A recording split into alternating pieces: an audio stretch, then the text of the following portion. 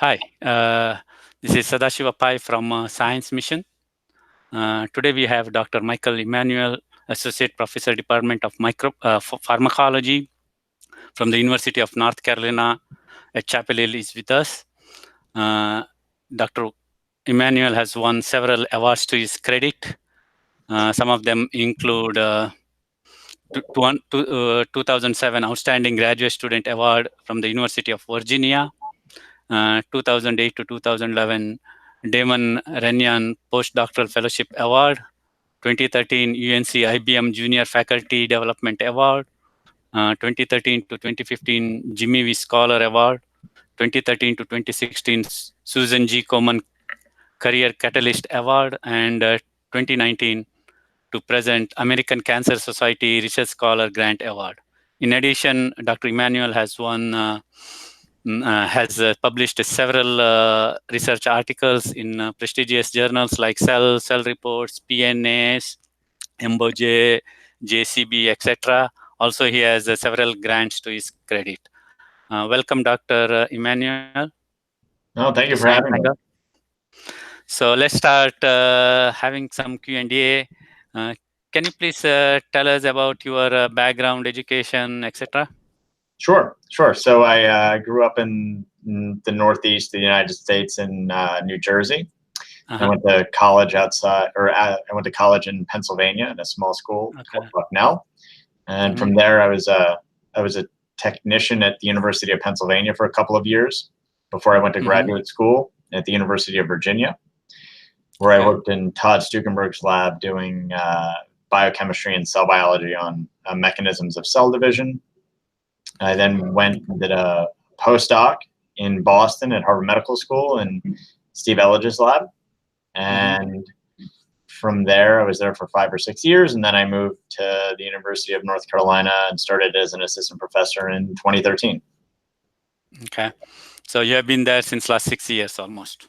Almost exactly 6 years. Yeah, a little more. Okay. And talk to us about your lab people, etc. Yeah, so I still have like a kind of small, medium-sized group. I have 3 or 4 students. I have a technician who has been with me since almost right after I got here. And at the moment, I just have 1 postdoctoral fellow. So sort of a small, tight group, very collaborative. Okay. Yeah, and research is like goes ups and downs. It has its own valleys and troughs every now and then. So how do you motivate your students, postdocs to? Yeah, I think in a couple of ways. So one, I should say I think I'm generally a little hands-off. So I try not to micromanage them. But I think the best way to keep them motivated is to help their projects along. It always seems like, at least it seemed like to me, that you're always a little bit more motivated to go in and do stuff when everything seemed to be working and clicking, which is sort of the opposite of what you need, right? So then when nothing is working, you don't want to go to work at all. Yeah. So helping them sort of work through the little technical problems that are hanging them up, and then keeping them encouraged and keeping their eye on the big picture when things are hard, and then when things are easy, I think actually it's not that hard to motivate them. So then they want to come in, yeah, and work their butts off. So okay. And like, how do you mentor them? Talk to us about your mentoring philosophy. Yeah, so how do I mentor them? So I make sure to talk to them about their medium and long-term goals early, and then often.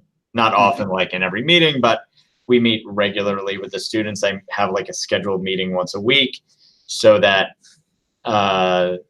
they don't fall off. What they're doing doesn't fall off my radar, so they don't get too behind on something. The postdocs I meet with once every couple of weeks, but then I'm around a lot, so there's a lot of informal discussion. I try to instill in them to be independent. So I think that in the short term that can be harder, but then in the long term, it's much better. It's much better for me. It's much better for them.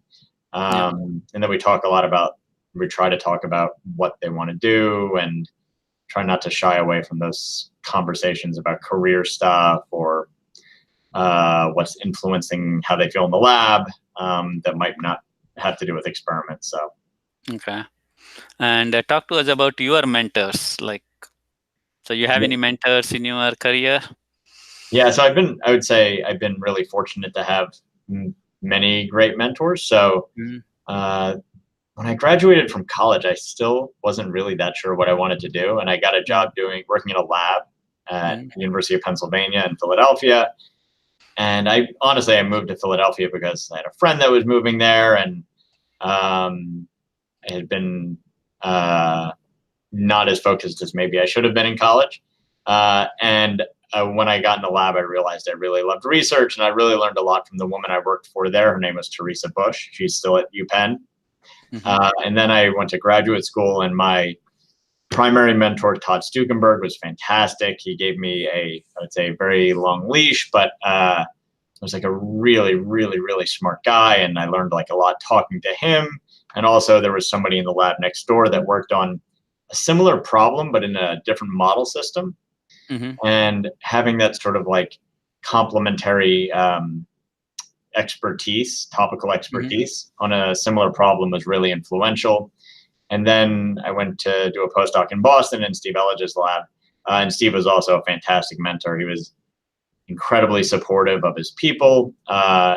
He gave us a lot of freedom. It was an exciting place to be doing research. It was a big postdoc lab with 20 or 25 or 30 people at times. And we were surrounded by really smart people with a really great leader who was really supportive and protective of his people. And that was fantastic. So, and I think I've taken things from all of these different people and tried to incorporate what I thought were the best things that they did, and then also what works for me and doesn't work for me based on my own personality. Okay. I know you are a busy person, so you have a lot of things going on in terms of research and all those things, writing grants and all.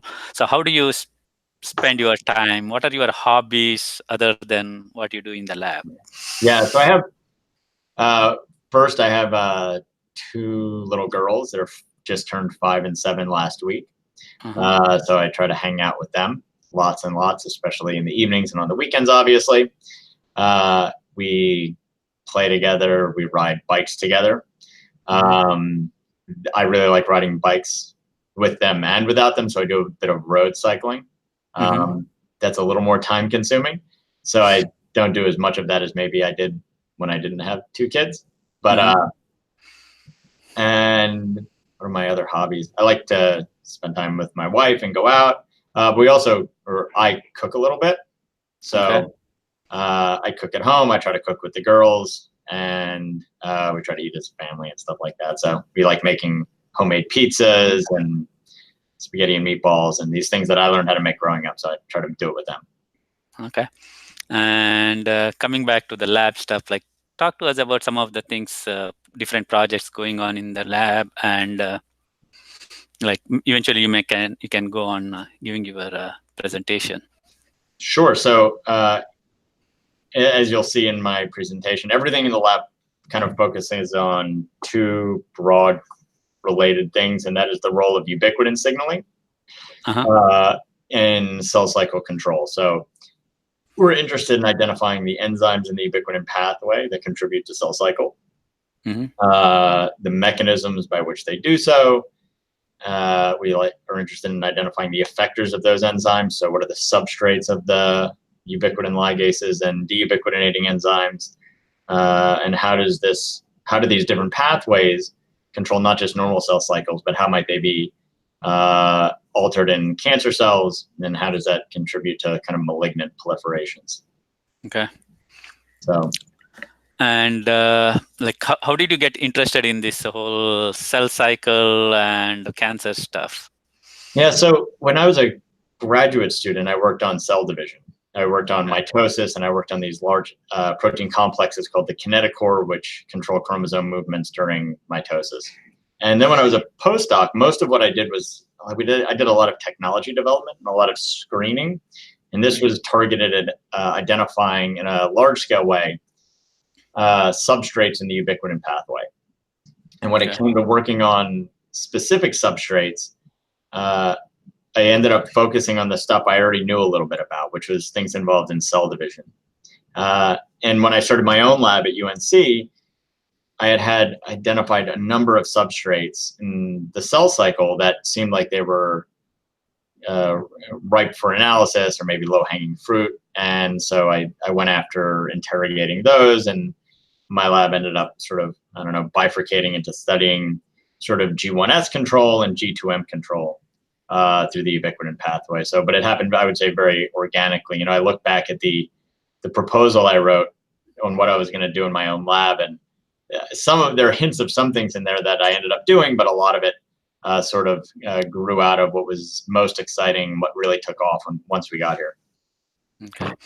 So you can go ahead and present your work on the cell cycle. Great. Let me pull up my presentation. Keep our fingers crossed that it works. Okay. Here we go. Yep. All right. Let me just make sure everything is good. Okay. Yep. Everything looks good? Yep. Okay. Well, thank you for having me here today. Sure. And I'm going to tell you about a little bit of my lab's work on ubiquitin signaling in cell cycle and cancer. And if this runs too long, please let me know and stop me at some point. Sure, go ahead. No problem. Okay.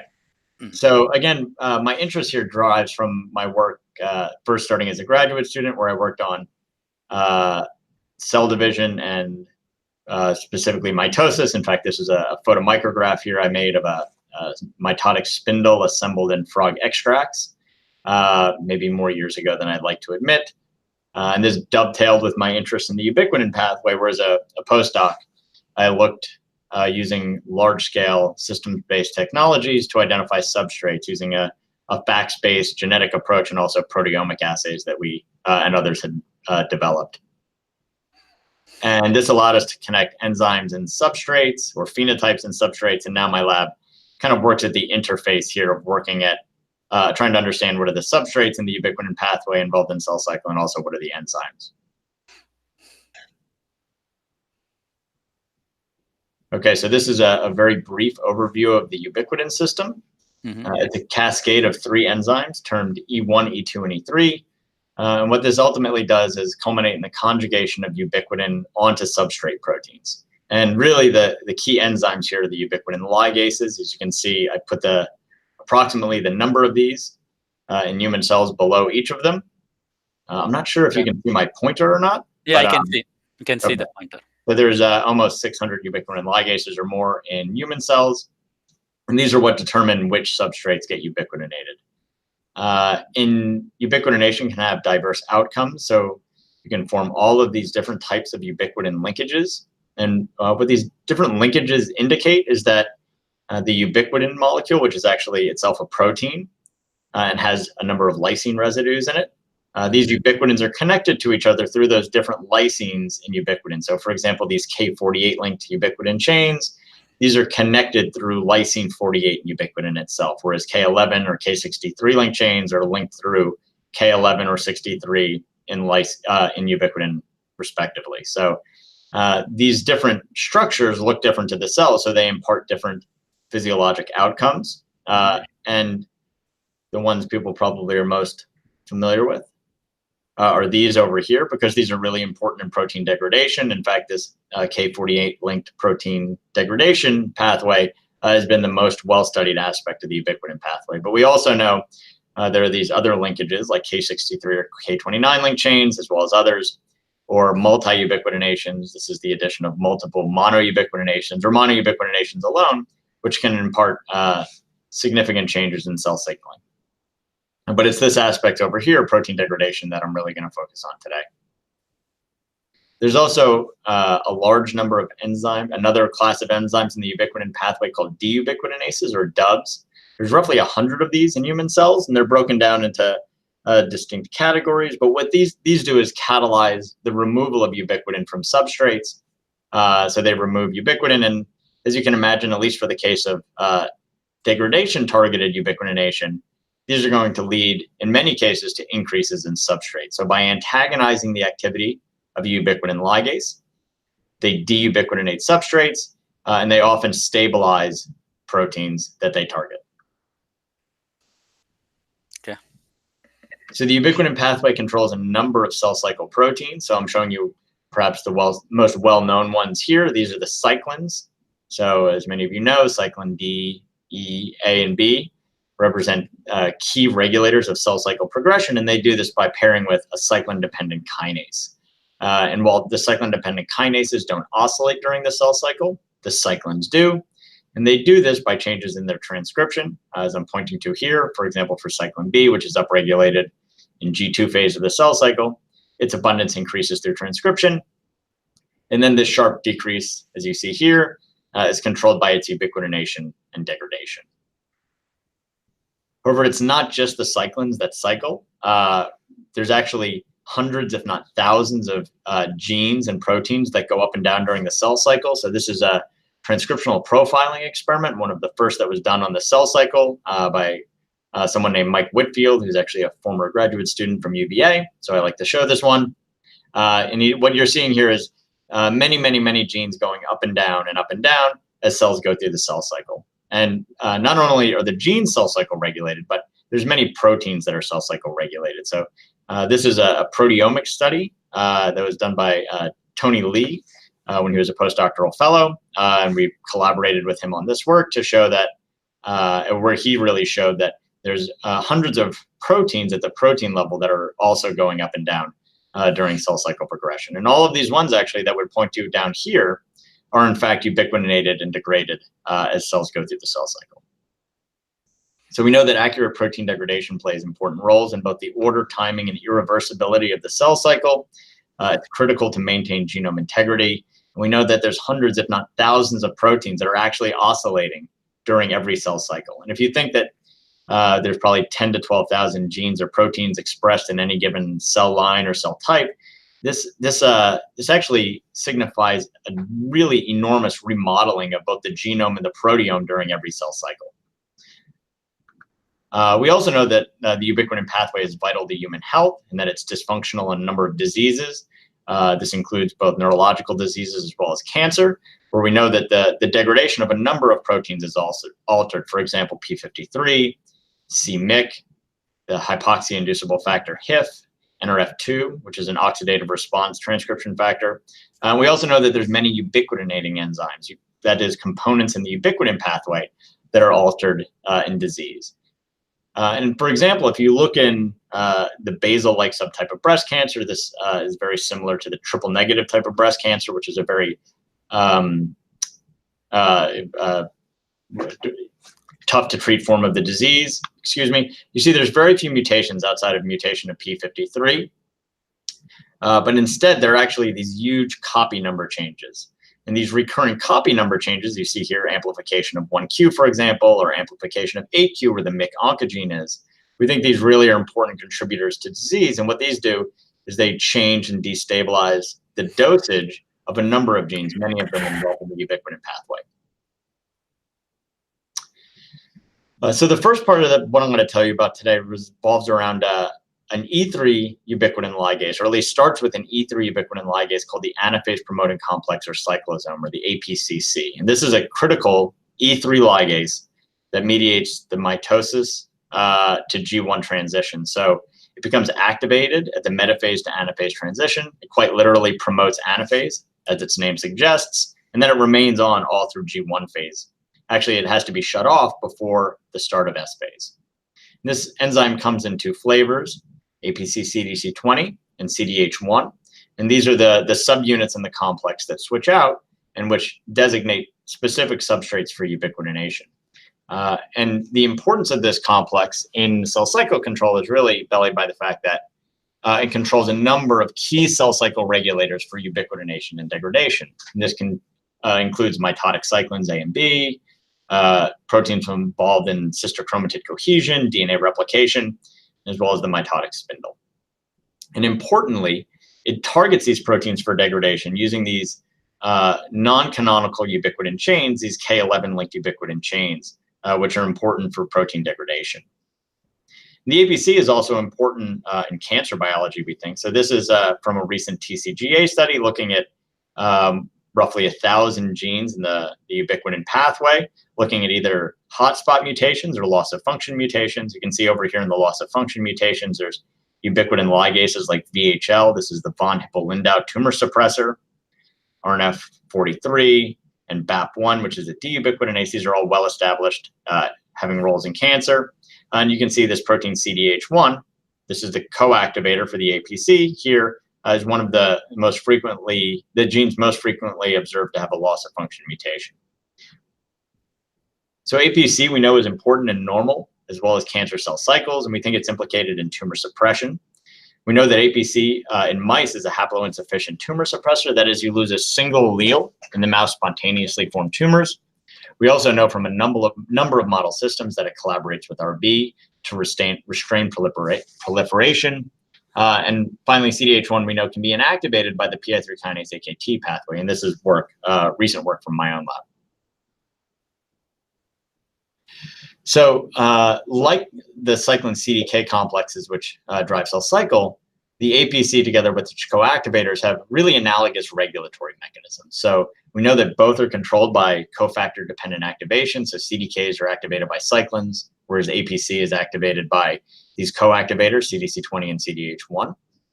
Both are regulated by phosphorylation. They both can be bound by inhibitors, which turn them off. Both are inactivated as well by cofactor dependent degradation. So the cofactors of APC, these proteins CDC20 and CDH1, both get degraded in a cell cycle dependent manner, much like the cyclins. And finally, we know that the cyclin CDKs are controlled by PTM reversibility. That is, the post-translational modifications, the phosphorylations they add to substrates can be reversed. However, it was not clear that this was actually also true for the APC. So a deubiquitinase that would remove ubiquitin from APC substrates had not yet been identified. So I'm going to tell you about two stories. One is the role of a DUB in regulating mitosis and restraining APC. And second, I'll tell you about a DUB that controls cell cycle transcription. And at the end, I'll tell you how we think this is, or why we think these two deubiquitinases are important in cancer biology. So as I alluded to before, the APC really prefers to make these K11-linked ubiquitin chains on substrates. And you can see this here in a cell cycle synchronization experiment where cells have been released from the G1S boundary. And as they go through the cell cycle and come into mitosis, which is marked right here with phosphohistone H3, you can see there's this huge increase in K11-linked ubiquitination. So we reasoned that if we wanted to find a deubiquitinase that antagonized these K11-linked ubiquitin chains, or that antagonize the APC, it should have some specificity for K11-linked ubiquitination. And this got us interested in a deubiquitinase called Cezanne, or OTUD7B.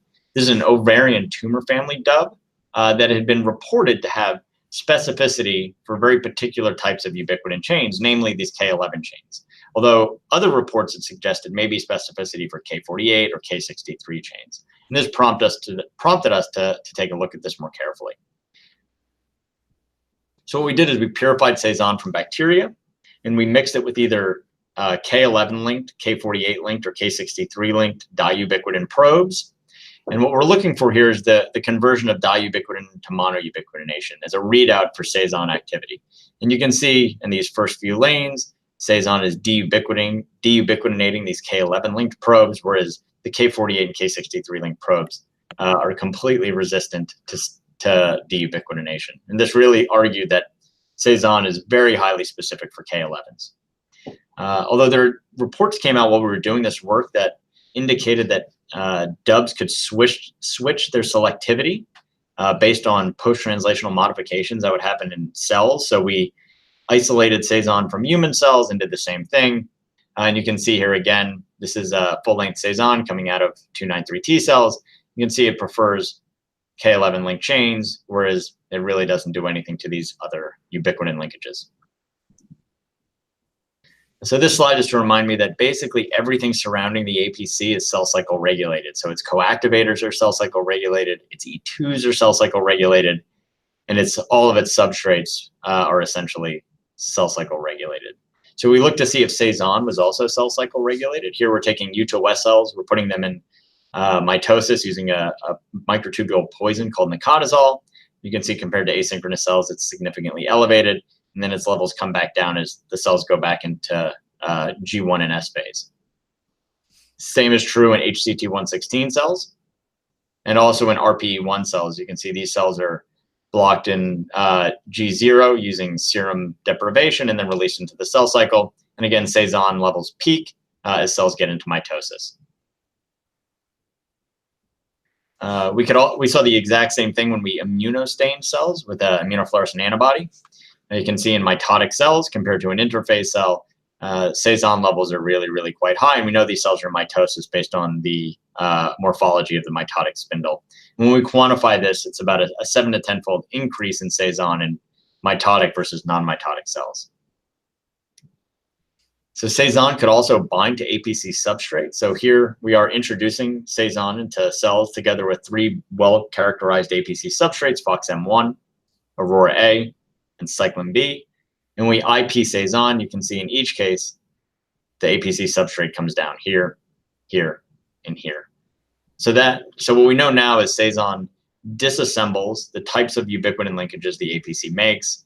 It's upregulated at the same time the APC is active, and it also binds to their substrates. And we can recapitulate this binding in vitro using recombinant proteins, which I'm not going to show you. Oh, I am going to show you, sorry. So here we are mixing Sézanne with either Cyclin B or Aurora A, and you can see it can bind to these proteins in vitro in the absence of ubiquitination. So we have a deubiquitinase which binds substrates, it's upregulated in mitosis, and prefers the types of ubiquitin chains the APC specialized to create. So this suggested to us the question, does Sézanne actually antagonize APC substrate ubiquitination? To address this question, we collaborated with a new investigator here at UNC, Nick Brown, in the Department of Pharmacology.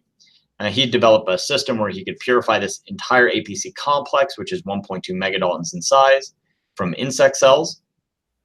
This allowed us to make K11 linked chains on model substrates, and then we can mix it with Sézanne to see what happens. So here is the ubiquitinated, in this case, Cyclin B. You can see it gets nicely ubiquitinated in vitro. When we add Sézanne to this reaction, you can see there's deubiquitination of the substrate. So these bands here go away. And actually this band at the bottom, you can see gets darker because these are collapsing into it.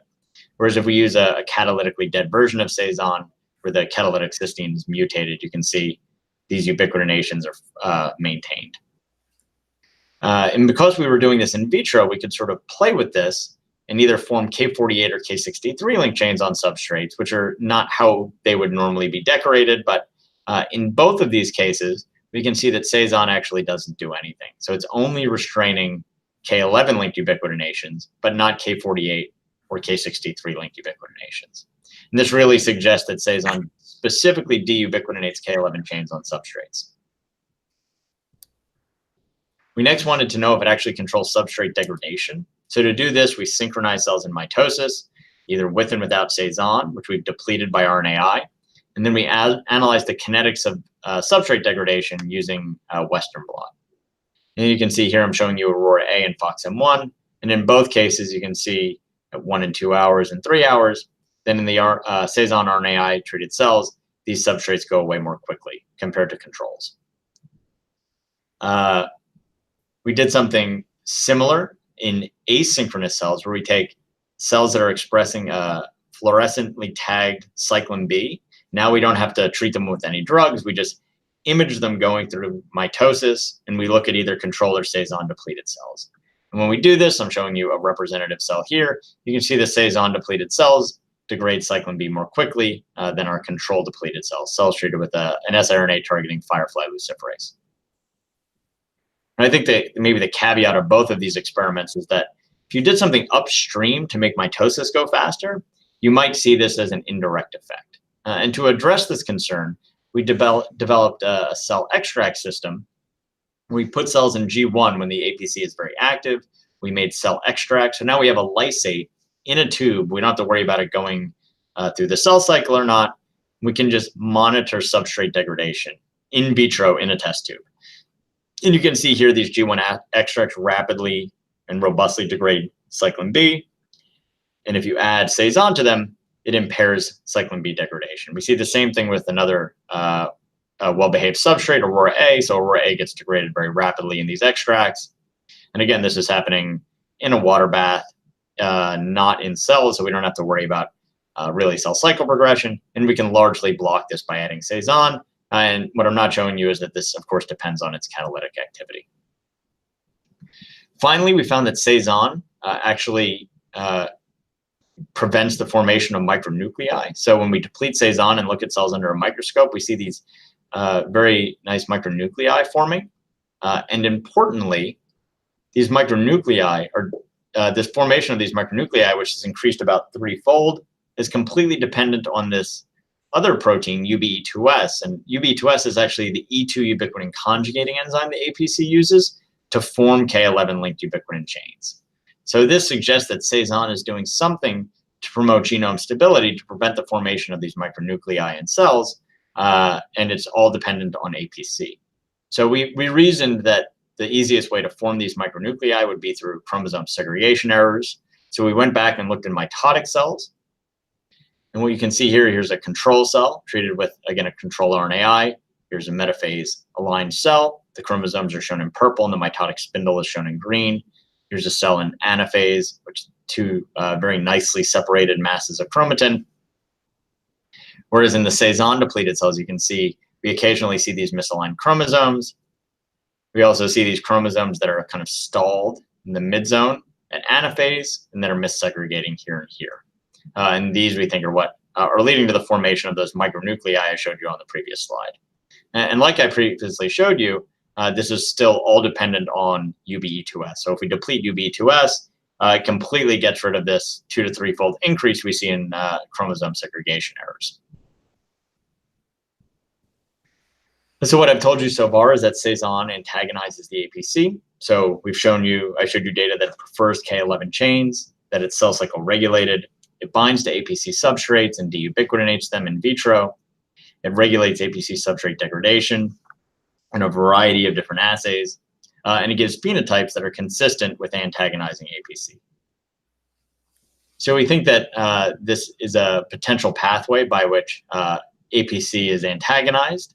And I'll tell you why I think this is important in cancer in a few slides. But Sézanne, as I'll show you later, is upregulated in some diseases, and it deubiquitinates these K11-linked chains formed by APC. And this goes together with other pathways which we think lead to APC inactivation in cancer. So, for example, we recently showed that there's a proteolytic pathway that leads to CDH1 degradation, which is also going to effectively inactivate the APC. And the upstream driver of this pathway is, in fact, the PI3 kinase AKT cascade. So in the second part here, I'm going to tell you about cell cycle transcriptional control by Dubs. So, excuse me. We talked a little bit about getting out of mitosis. Now we're going to talk about getting into mitosis. And the key regulator of getting into mitosis, or one of the key regulators, is this transcription factor called FOXM1. FOXM1, in fact, triggers the accumulation of a number of those proteins that are involved in mitotic progression, including a number of APC substrates. And FOXM1, as you might expect, both its activity and also its abundance are cell cycle regulated. So this is looking at a FOXM1 reporter in a paper that's now 6 or 7 years old from Gavin Grant. And you can see he's looking at a FOXM1 reporter during cell cycle progression, and the activity of FOXM1 goes up and down and up and down. FOXM1 is also extremely important in cancer, so it's highly upregulated based on its transcriptional signature in both basal-like breast, which is again similar to triple-negative breast cancer, as well as high-grade serous ovarian cancer. These are two very genetically similar diseases.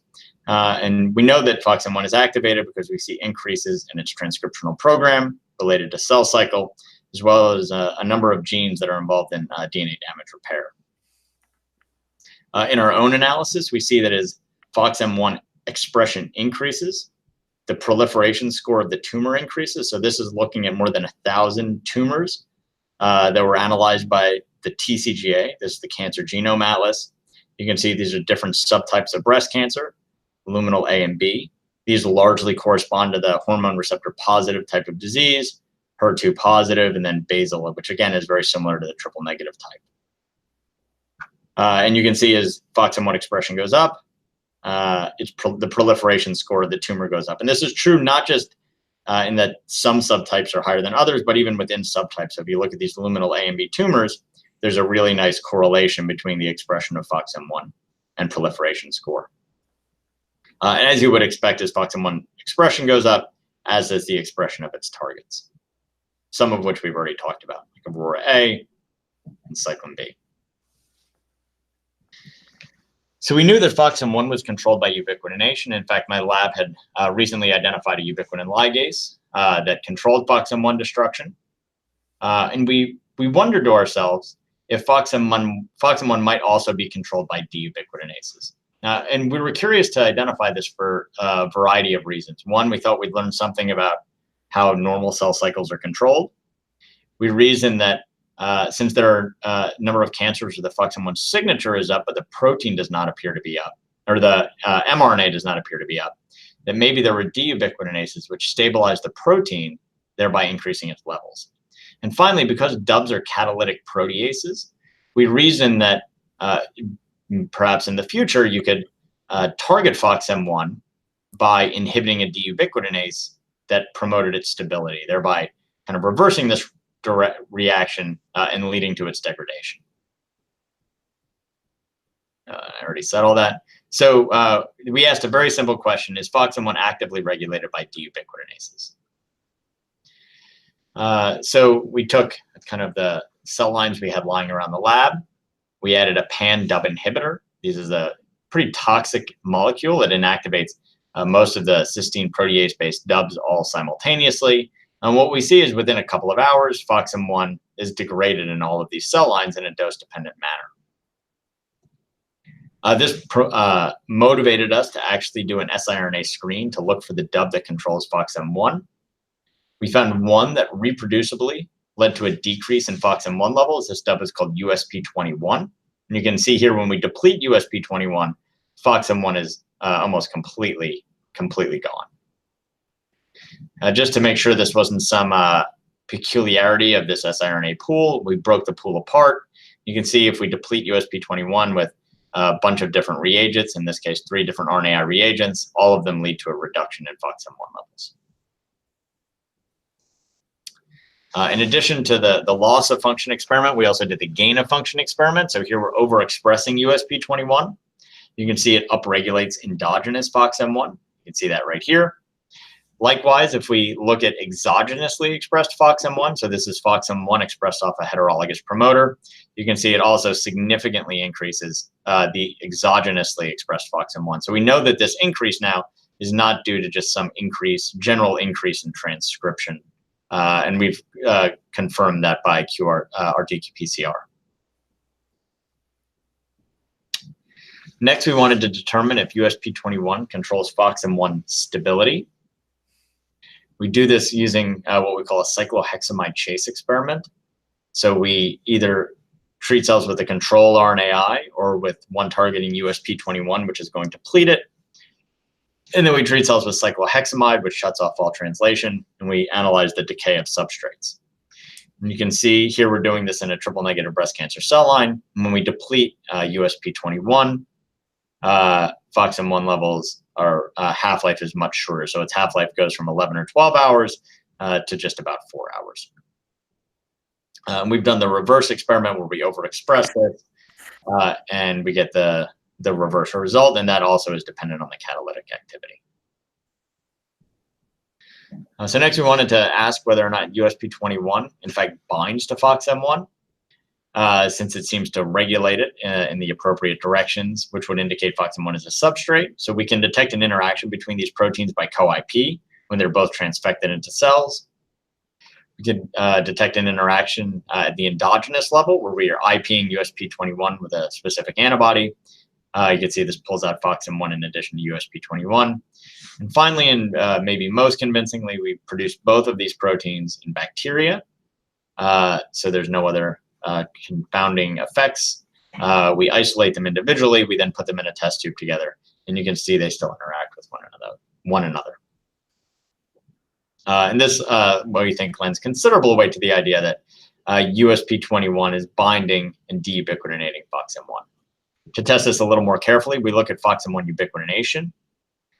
So to do this, we're introducing histidine-tagged ubiquitin into cells. We're then recovering it on nickel agarose and then blotting for endogenous proteins. In this case, we're blotting for FOXM1. So you can see FOXM1 is ubiquitinated. This is indicated by this smear, which is due to the fact that many ubiquitins have been added to FOXM1. If we co-introduce, or if we introduce USP21 into cells, you can see it's almost completely deubiquitinated. And this is, again, dependent on the catalytic activity of this enzyme, because if we add C221A, this is a catalytically dead version of USP21. Now it doesn't deubiquitinate it. So all of this suggested to us that USP21 controlled FOXM1 as a substrate. So we wanted to know, does actually USP21 contribute to FOXM1 biology? We started by looking at FOXM1 target genes. And we found that when we deplete USP21, like when we deplete FOXM1, you see a reduction in the expression of FOXM1 target genes like Aurora A, cyclin B, CDK1, and polokinase. This indicated there might be a defect in cell cycle progression, since these are genes that are really important in progression towards mitosis. So this is one of these slides where I really summarize many months worth of work from a graduate student, unfortunately in a single graph.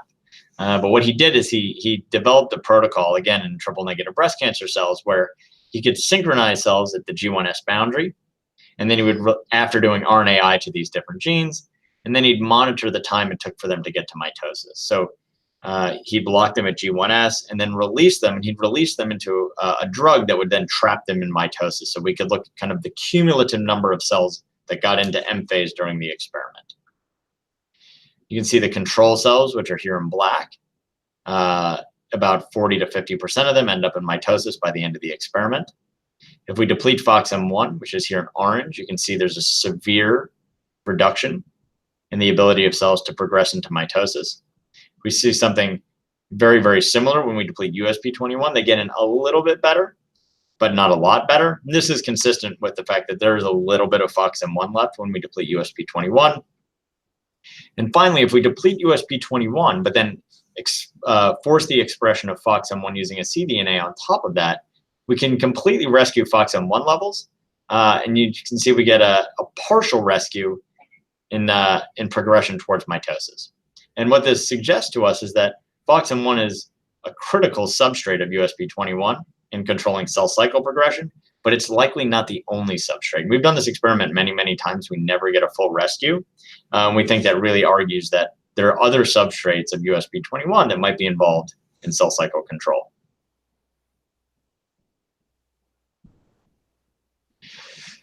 Since FOXM1 makes the is involved in the expression of all of these genes and proteins that are involved in mitosis specifically, we asked if USP21 depletion would sensitize cells to Taxol. So Taxol is an anti-mitotic microtubule targeting drug that's used clinically as paclitaxel to treat a variety of cancers, and specifically to treat triple-negative breast cancers, where FOXM1 activity is very high. And you can see in these 4 different cell lines, if we deplete either FOXM1 or USP21, the cells are sensitized to Taxol treatment. And moreover, if we take a cell line that we can use as a xenograft, these SUM149 cells, which are inherently very resistant to Taxol, we can analyze whether or not USP21 plays a role in Taxol sensitivity in an animal. So when we do this, you can see in cells where we've either not depleted anything or where we've just treated with Taxol, you can see they grow as well as the control tumors, which are the black line. Whereas if we deplete USP21 and dose with paclitaxel together, you can see now we've got a nice surge in tumor growth. So I think all of this sort of points to a role for USP21 controlling FOXM1 and being important in at least cancer in culture and perhaps in mice. But we wanted to know if this, how these observations extended into humans. So does USP21 actually contribute to FOXM1 activation in human cancer?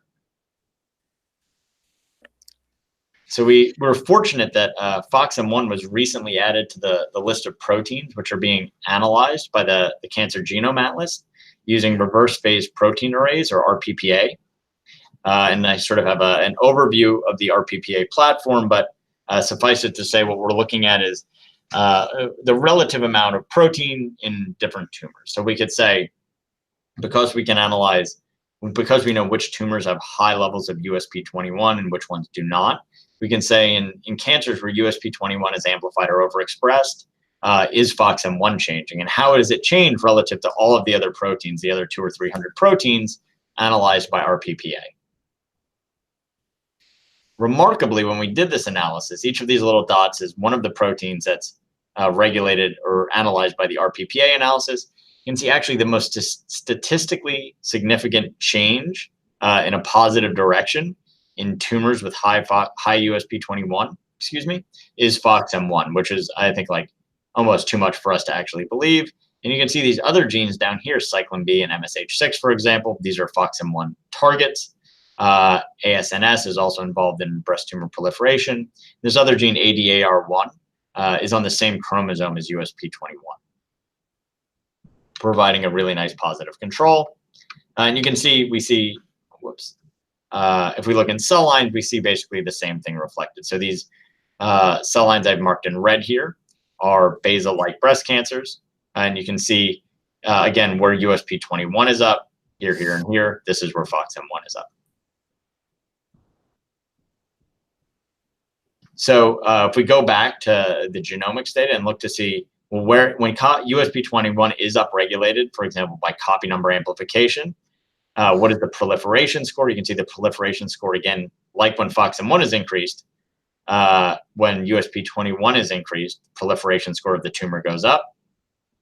And we see this strong enrichment for a proliferation signature in the USP21 high tumors. So if we look at, this is data now from the CBio portal, looking at roughly 1,000 different breast tumors. Each of these little gray lines is a different patient. Wherever you see pink or red, this is a tumor where USP21 is either amplified or upregulated. And you can see there's a remarkable 40% of breast tumors where USP21 is upregulated. And I put this in comparison to MYC and cyclin D. These are well-established oncogenes, which are not upregulated to nearly the same extent.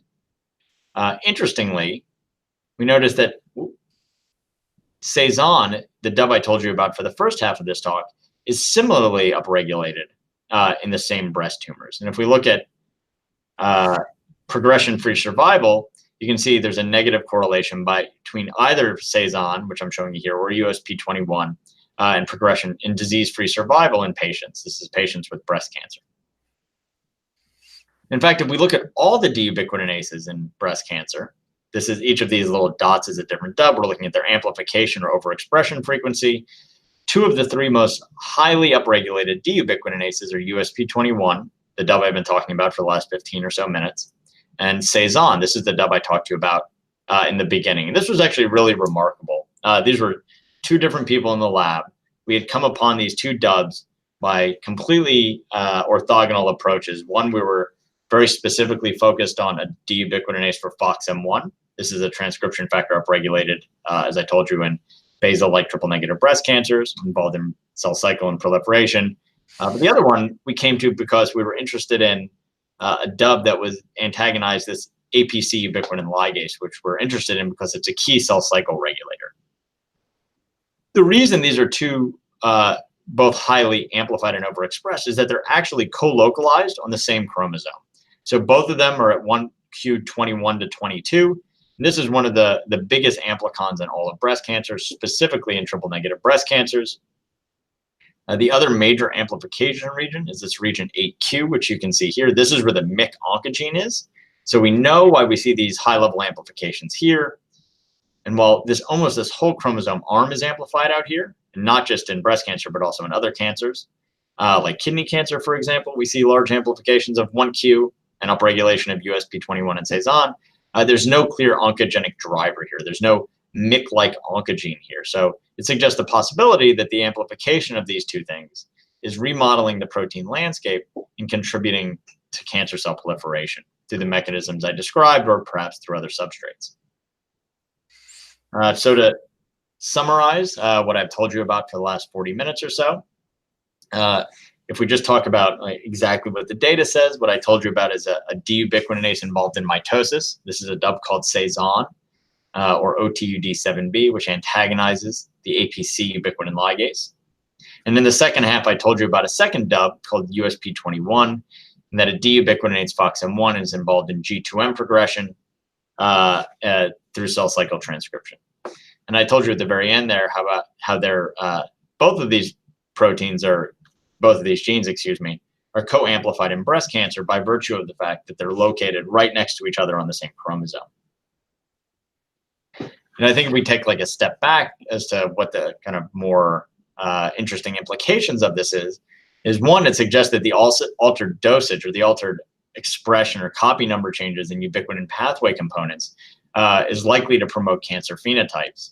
The ones I talked about today are cell cycle and proliferation, but you can imagine other enzymes in these pathways which are dysregulated through changes in their expression, which are going to change the expression of other things that lead to these phenotypes. So we think these changes are going to likely ripple through cancer proteomes and reshape them through changes in proteolysis and protein degradation, and that these changes, importantly, are invisible to genomic interrogation. And to really understand how these changes contribute to disease phenotypes or to cell phenotypes really requires more complex approaches, perhaps proteomics or genetic approaches which get at proteins instead of just our mRNAs. And finally, the last take home, I think, is that perhaps in the future, inhibiting specific dubs would represent a potential future therapy for treating malignancy. And these sorts of things are already beginning to be explored for one dub in particular, USP7, which is upstream in the P53 pathway. And recently, a lot of work has been done to make inhibitors to USP7. And perhaps drugging other dubs in the future will be a real viable alternative to current therapies like chemotherapy. So finally, I just want to thank the people that did the work. So Thomas Bonacci is a postdoc in the lab. He did all of the work in the first half on Cezanne. Anthony Arcisi, who actually just defended his PhD last week and will be leaving the lab in a month or two. He did all of the work on USP21, and we have a small group, so I think everybody is supporting everybody. A lot of help came from Shenxi Wang, who's my technician and lab manager, who helps out with basically everything. Jen, Ali, Raj, and Taylor are all students or former student postdocs in the lab that contributed to these projects as well. In particular, here's our collaborators. I'd like to thank Nick Brown, who helped us with the APC assays and with who we continue to collaborate, especially with his student Raquel. Aussie Suzuki, who's a former postdoc here at UNC and now is at the University of Wisconsin, helped us with some of those nice imaging experiments. Gavin Grant and Gene Cook helped us with the live cell imaging of Cezanne substrates. Pengda, Natalie, Chuck, Chris, Katie, and Dan helped with a variety of projects, some of which I did not have time to talk about, although Katie and her lab helped with some of the computational analysis I told you about. So here's our funding right now from NIGMS and the American Cancer Society and UCRF, and formerly from the V Foundation and Susan G. Komen. And with that, I'd be happy to take any questions. Okay, thank you so much. It's really interesting. So I've been hearing about, you can just get out of the. Yeah. You need to just. Yeah. There. Yeah, here you go. So thank you very much. It's a pretty interesting presentation. So I really liked it. So I have a couple of questions. We have a few minutes. Yeah, sure. So one of them being, it's a general, I don't know, it's a maybe a silly question. Like you mentioned initially in the first slides, like these ubiquitinases, like our deubiquitinases, they act on the lysine, right? They ubiquitinate lysine, and K11 and all those things, 48 and all those different residues on different proteins. Mhm. So, and there are some monoubiquitinases also, right? Which just put one ubiquitin. Is Mhm. there any, is there a, like, I don't know about this field much. So is there any like these proteins, is there a number of ubiquitin they put on each of these protein? Is there a specification, or they need to put in 4, 6, or 1, 2, That's a anything good like that? question. So for different E3 ubiquitin ligases or E2 together with their E2s determine what the chains look like or whether or not it's like a monoubiquitination, and how the enzymes decide whether they're going to add one or say a lot Yeah, is not really well known. And I think most people would say they do one of two things: they either add one or they add a bunch. bunch. But if there's more specificity in between one and a lot, we don't really know. We don't actually know in most cases how the enzymes determine whether or not they're going to do it. We know which parts of them do it. So in many cases, the E2 ubiquitin conjugating enzymes are the ones determining it. But mechanistically, how it all is put together is not super well understood. So it is understood to some degree how the different Hmm. linkages are chosen. So, for example, the APC makes K11 chains, Hmm. and those are determined by the specific E2s it uses. And if you force it to use different E2s, it will not make K11 chains anymore.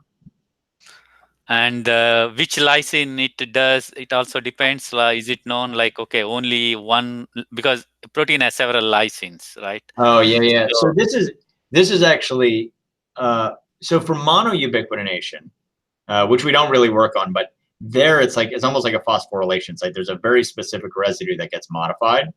Whereas mhm, for polyubiquitination, the enzyme, if the enzyme is this hand, will hold the substrate like this, mhm. and then modification is going to say happen like over here, and kind of any ubiquitin that's over there will get modified. And as you start to people try to mutate specific lysines to block ubiquitination, it often is very difficult because the enzyme doesn't have a lot of preference for a specific lysine residue, whereas like a kinase does, for example. So Mhm. the specificity lies elsewhere in the binding site, but not in the residue that gets modified.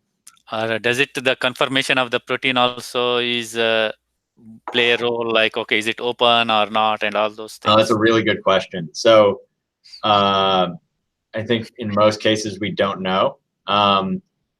Our lab actually has a different project that suggests there's a substrate of a specific E3 that perhaps undergoes a conformational allosteric change, and that enhances or inhibits its ubiquitination. But this is really sort of preliminary and not that well worked out yet.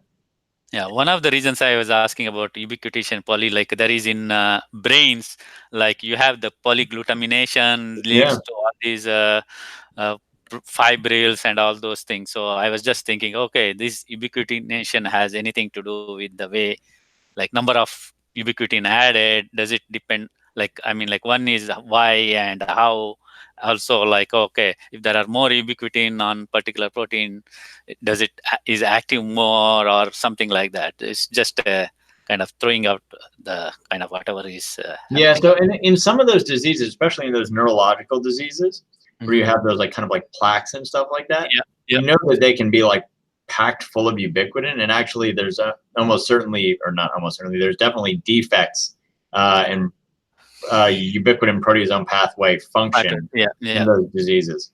So yeah. that's contributing to pathology. Okay. And regarding your USP21, is there any like mouse model or anything knockout or anything is been done? So I don't know of a USP21 mouse knockout. People have knocked out Cezanne, the one we worked on in the beginning, the first part, Mhm. and Mhm. those mice are basically okay. Uh, Okay. and I think that's interesting because it suggests that you really could potentially drug USP21, Yeah. and that could be therapeutically advantageous and maybe not too toxic to patients. So, although that Uh, really remains to be seen in humans, but okay. And finally, like one of the last question would be, like you mentioned that initially there are lots of these ubiquitinases in the system, right? Mhm. Deubiquitinases. So, like, is there a, like you talked about cancer, and there are only a couple of them, like you show up, like USP21, Cezanne, and all those Yeah. in the very high. So is there a redundancy in terms of the human cell? Like, okay, if USP is not there, I'll go with the other one Oh, that's a because good there are question. too many of them. So it's really hard to know. I don't think we know enough about the dubs to say. There are certainly enzymes that are controlled by multiple dubs, Okay. like there are enzymes that are controlled by multiple, or there are substrates that are controlled by multiple dubs in the same way there are substrates that are controlled by multiple ubiquitin ligases, or that are phosphorylated by multiple kinases. So Yeah. we just don't know enough about how much redundancy there is. And I think this has been a little bit murky by the fact that outside of the cell, these dubs are actually quite lousy in that they are a little non-specific, whereas inside the cell, it seems like they have remarkable specificity, at least in our hands. And why that is not so clear. Okay. Okay. So, Mike, thank you so much. I really appreciate. It's a really very nice talk. So I really enjoyed. I learned a little bit more on what I knew already. So thank you very Right. much. So you are like, are you open to taking grad students or postdoc anything? Because I'm going to put your email and contact information out there. So can I say that, hey, if you are interested knowing more about the subject or in any positions, you can contact Mike, something like Yeah, that? absolutely. All of our graduate students here come through the UNC umbrella program. Okay. So if students are interested in that, I would direct them to the UNC BSP, which is the Biomedical and Biological Biomedical Graduate Student Program. Program, something like that. UNC BBSP. Okay. But yeah, if there are people out there looking for postdocs, they should contact me for sure. Okay. So thank you so much again. So yours will be like within next 24 hours, it will be on our website. I'll send a link to later on for you to use it anywhere you want to. Hey, thank you. I appreciate the opportunity to talk to you today. Okay. Thanks. Thanks again, Mike. So have Take care. a nice day. Bye. You do the same. Bye.